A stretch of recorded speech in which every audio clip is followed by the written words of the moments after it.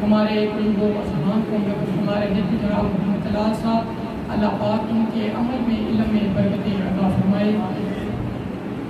और नात का इंशाल्लाह सिलसिला शुरू होने वाला है। बुलंद आवाज़ से कहिएगा सुभान अल्लाह। कि हाथ मुझ में कमाल रखा है, ए खुदा तूने संभाल रखा है।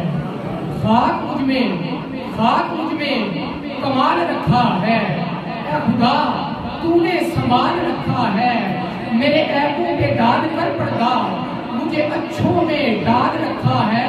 और मैं तो कब का मिट गया